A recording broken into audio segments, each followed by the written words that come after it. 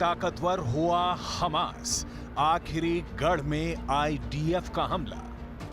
7 महीने से ज्यादा की जंग के बाद अगर सवाल किया जाए क्या इजराइल हमास को हरा चुका है, तो इसका सीधा जवाब होगा बिल्कुल नहीं, बल्कि हमास 7 अक्टूबर 2023 को हमला करने के बाद कुछ महीने जरूर कमजोर पड़ा था, लेकिन 200 से ज्यादा दिन की जंग के बाद हमास फिर इतना ज्यादा ताकतवर हो चुका है कि वो अब रफा, जबालिया और खान यूनिस में इजरायली सेना पर कहर बनकर टूट पड़ा है।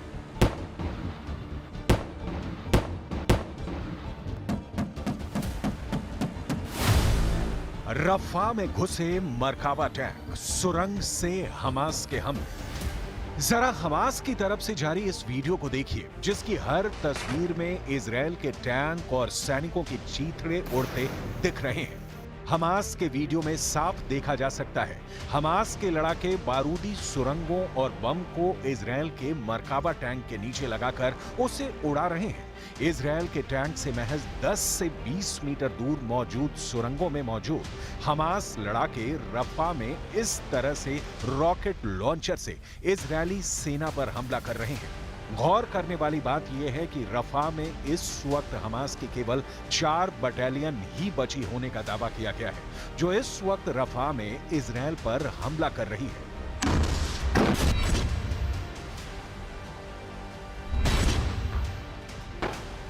बेशक इजरायली सेना दावा करे कि उसने हमास के 10,000 से ज्यादा लड़ाकों को मार डाला है, लेकिन देखा जाए तो हमास के हमले के तरीके और उसकी संख्या पर खास असर नहीं पड़ा है।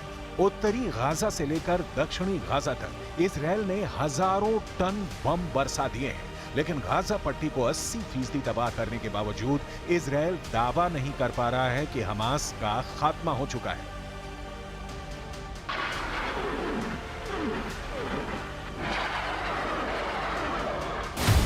हमास के आखिरी गढ़ में खूनी हमला। अब सवाल उठता है कि गुस्से से लाल और थमथमाते चेहरे के साथ इजराइल के प्रधानमंत्री नेतन्याहू बार बार हमास के सफाई की कस्में 200 दिन बाद भी क्यों खा रहे हैं? इसका जवाब है रफा में इजरायली सेना पर हमास के लड़ाकों के भीषण और खूनी हमले। हम आपको मिस्र की सीमा से सटे दक्षिणी गाजा के शहर रफा का वीडियो दिखा रहे हैं, जिसे हमास ने जारी किया है। जरा देखिए हमास के लड़ाके कैसे सुरंगों से निकलकर इजरायली सैनिकों और टैंकों पर सीधा हमला कर रहे हैं। हमास के दावे के मुताबिक इस वीडियो में हमास के लड़ाके मुश्किल से 10 से 20 मीटर दूरी से इजरायली सेना के टैंक और सैनिकों पर रॉकेट, बारूदी सुरंगों और गोलों से सीधा हमला कर रहे हैं। हमास के दावों के मुताबिक जबालिया कैंप में इजरायली सेना पर घात लगाकर हमले किए गए हैं। हमास की अल कासिम ब्रिगेड का दावा है कि मरकाबा टैंक के पीछे छिपे इजरायल के 7 सैनिकों को उसने धमाके में उड़ा दिया है। अल कासिम ब्रिगेड का दावा है कि उसने इजरायली सेना पर 105 अल यासिन गोलों से हमला किया है। जबालिया कैंप की जिस बिल्डिंग में इजरायली सैनिक तैनात थे, उसे भी बारूदी सुरंगों और गोलों से हमास ने उड़ा दिया है। इसके अलावा हमास ने शवाज नाम की आईईडी के धमाकों से इजरायली सेना को भारी नुकसान पहुंचाया है। תחליף לניצחון הצבאי. הניסיון לעקוף אותו בטענה כזו או אחרת הוא פשוט מנותק מהמציאות. יש תחליף אחד לניצחון. תבוסה. תבוסה צבאית ומדינית, תבוסה לאומית. הממשלה בראשותי לא תסכים לכך. अब तक गाजा युद्ध में इजरायल के 278 से ज्यादा सैनिक मारे जा चुके हैं, जबकि इजरायली दावों के मुताबिक हमास के 10,000 से ज्यादा लड़ाके मारे जा चुके हैं। उत्तरी गाजा से 27 लाख से ज्यादा फिलिस्तीनी 5 महीने पहले दक्षिणी गाजा की तरफ भागे थे, लेकिन अब दक्षिणी गाजा में इजरायली सेना के बेतहाशा हमलों से जबालिया कैंप, खान यूनिस और रफा में हमले जरूरत से ज्यादा तेज हो चुके हैं। रफा में तो इजरायली सेना मरकाबा टैंक लेकर घुस गई है। रफा के चप्पे चप्पे पर टैंकों से इजरायली सेना हमास के ठिकानों पर हमला कर रही है।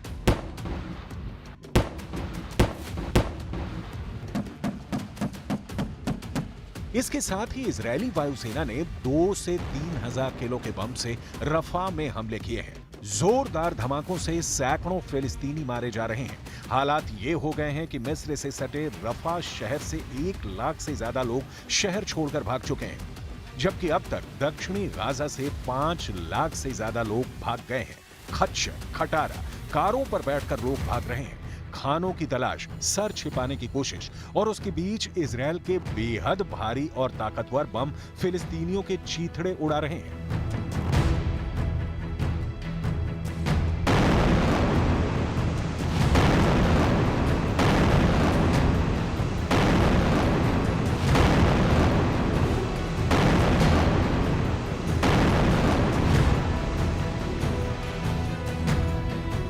लेकिन इजरायल की आईडीएफ चाहती है कि किसी तरह से दक्षिणी गाजा में छिपी हमास की 4 बटालियनों का सफाया कर दिया जाए, ताकि इजरायल पर दोबारा 7 अक्टूबर 2023 जैसा हमला हमास ना कर पाए।